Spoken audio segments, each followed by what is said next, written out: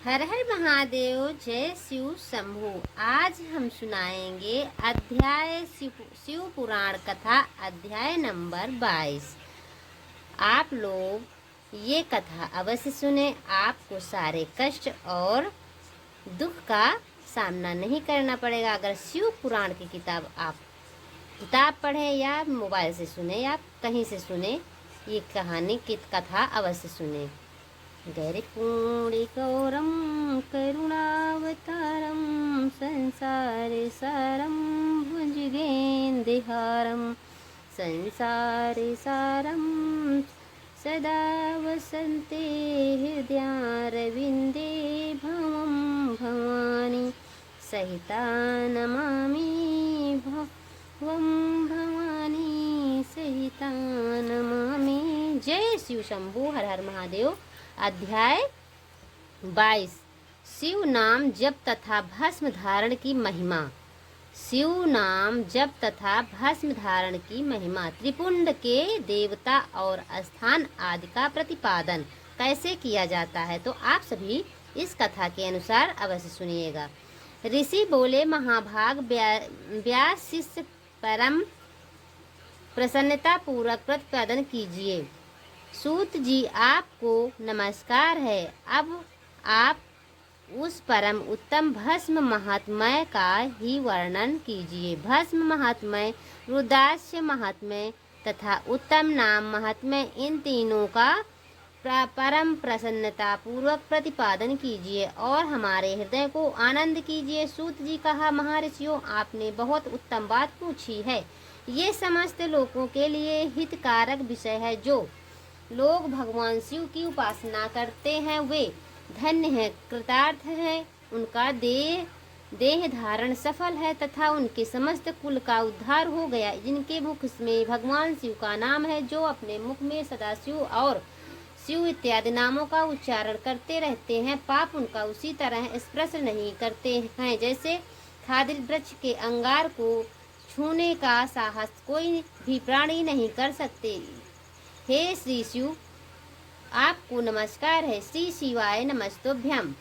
ऐसे बात जहाँ मुंह से निकलती है वह तब मुख समस्त पापों का विनाश करने वाला पावन तीर्थ बन जाता है। जो मनुष्य प्रसन्नता पूर्वक उस मुख का दर्शन करता है उसे निश्चित ही तीर्थ सेवन जनित फल प्राप्त होता है। ब्राह्मणों, शिव नाम, विभूति, भस्म तथा रुद्राक्ष ये तीनों त्रिवेणी के समान परम पुण्यमय माने गए हैं। जहाँ ये तीनों शुभतर वस्तुएं सर्वदा रहती हैं, उसके दर्शन मात्र से मनुष्य त्रिवेणी स्नान फल पा लेता है। भगवान शिव नाम गंगा है, विभूति यमुना मानी गई हैं तथा विभूति यमुना मानी गई हैं तथा रुद्राक्ष को सरस्वती कहा गया है। रुद्राक्ष को सरस्वती कहा गया है। इन तीनों की संयुक्त त्रिवेणी समस्त पापों का नाश करने वाला। श्रेष्ठ ब्राह्मणों, इन तीनों की महिमा सदशिल क्षण भगवान महेश्वर बिना दूसरा कौन भली भांति जानता है। इसे ब्रह्मांड में जो कुछ है वह सब तो केवल महेश्वर ही जानते हैं। विप्रगण, मैं अपनी श्रद्धा भक्ति के अनुसार संक्षेप से भगवान की महिमा का कुछ वर्णन करता हूँ। तुम सब लोग प्रेम पूर्वक सुनो। यह नाम महात्म्य समस्त पापों को हर लेने वाला सर्वोत्तम साधन है। शिव इस नाम रूपी दवान से महान पातक रूपी पर्वत अनायास ही भस्म हो जाता है। यह सत्य है, इसमें संशय नहीं है। शौनक, पाप मूलक जो नाना प्रकार के दुख हैं वे एकमात्र शिव के भगवान से ही नष्ट होने वाले हैं। दूसरे साधन से संपूर्ण यत्न करने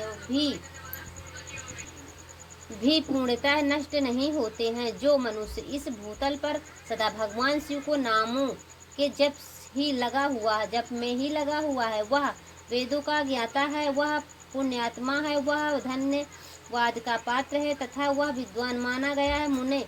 मुने जिनका शिव नाम जप में विश्वास है, उनके द्वारा आचरित नाना प्रकार के धर्म तत्काल फल देने के लिए उत्सुक हो जाते हैं।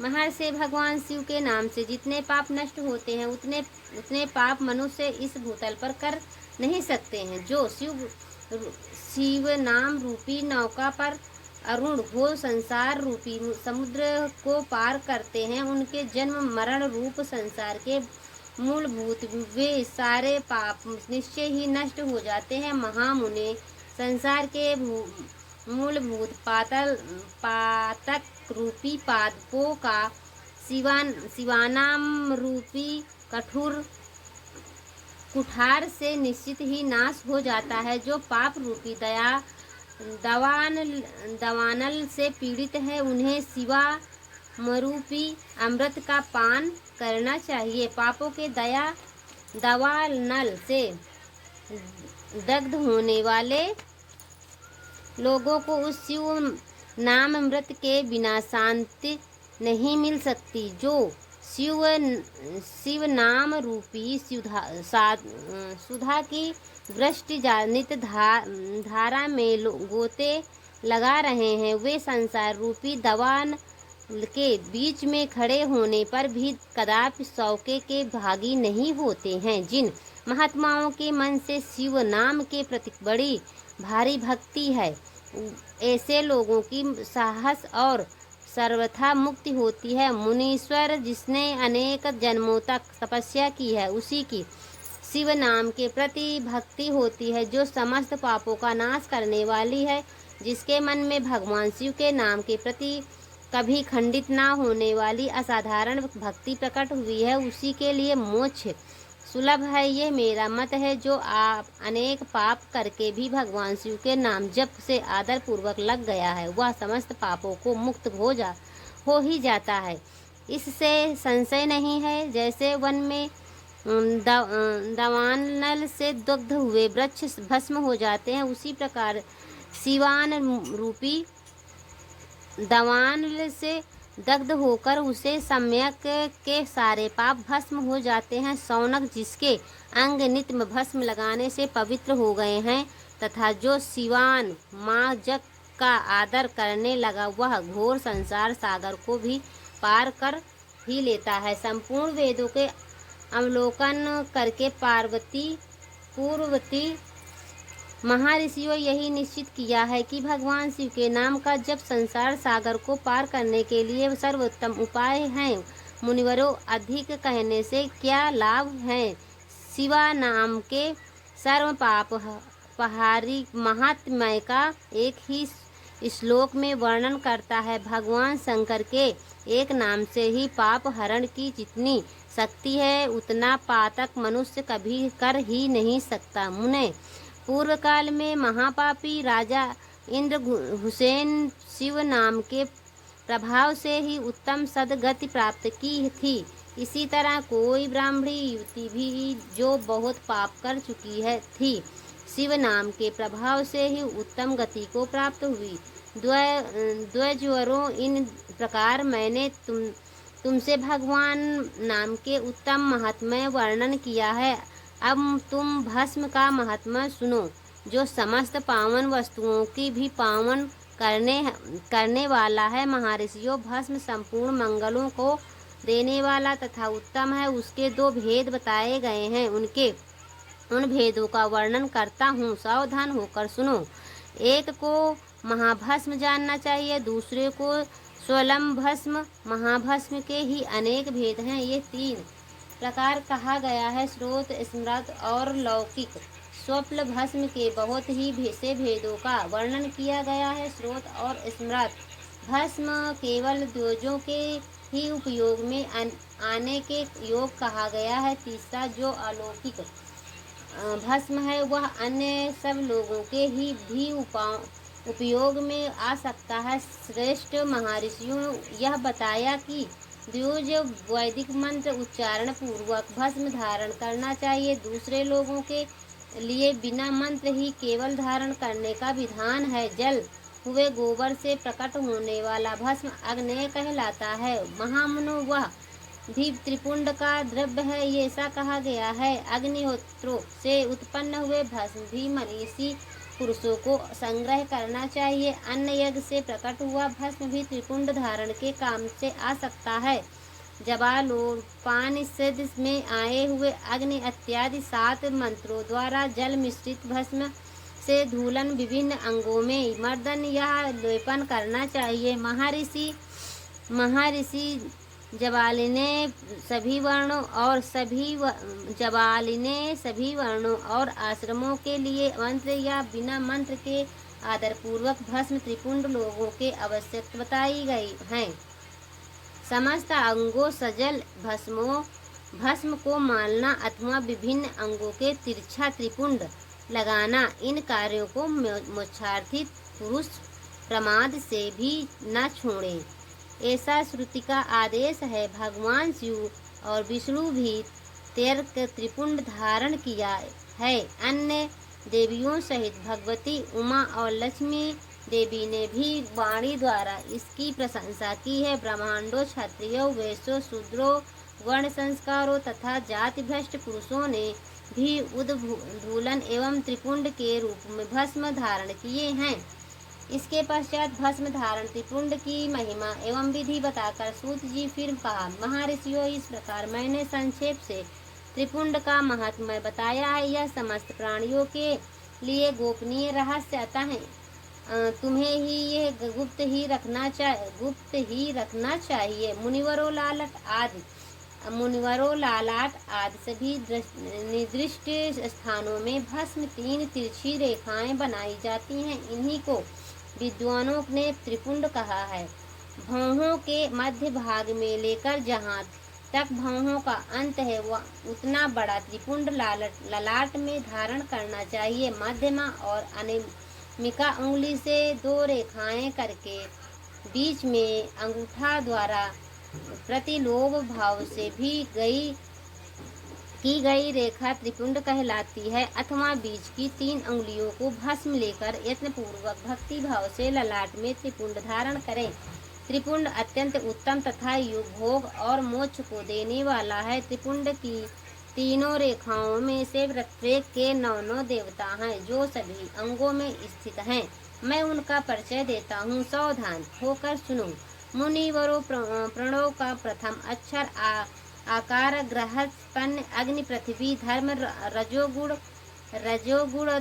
ऋग्वेद, क्रिया शक्ति, प्रातः सवन तथा महादेव, ये त्रिपुंड की प्रथम रेखाएं 9 देवता हैं। यह बात शिव दीक्षार परायण पुरुषों को अच्छी तरह समझ लेनी चाहिए। प्रणव का दूसरा अक्षर उपकार, दक्षिणा, गिन, आकाश, सत्वगुण, यजुर्वेद, मध्य, गिन, समन, इच्छा शक्ति,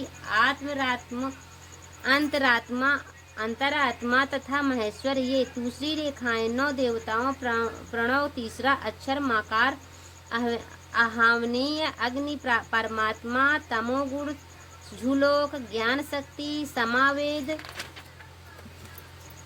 त्रिशनियन तथा शिव, ये तीसरी रेखाएं 9 देवताओं। इस प्रकार स्थान देवताओं को उत्तम शक्ति भाव से नित्य नमस्कार करके स्नान आदि से शुद्ध हुआ पुरुष यदि त्रिपुंड धारण करे तो भोग और मोक्ष की प्राप्ति कर लेता है। मुनिवर ये संपूर्ण अंगों में स्थान देवता बताए गए हैं, अतः उनके संबंधी स्थान बताता हूँ। भक्ति पूर्वक सुनो।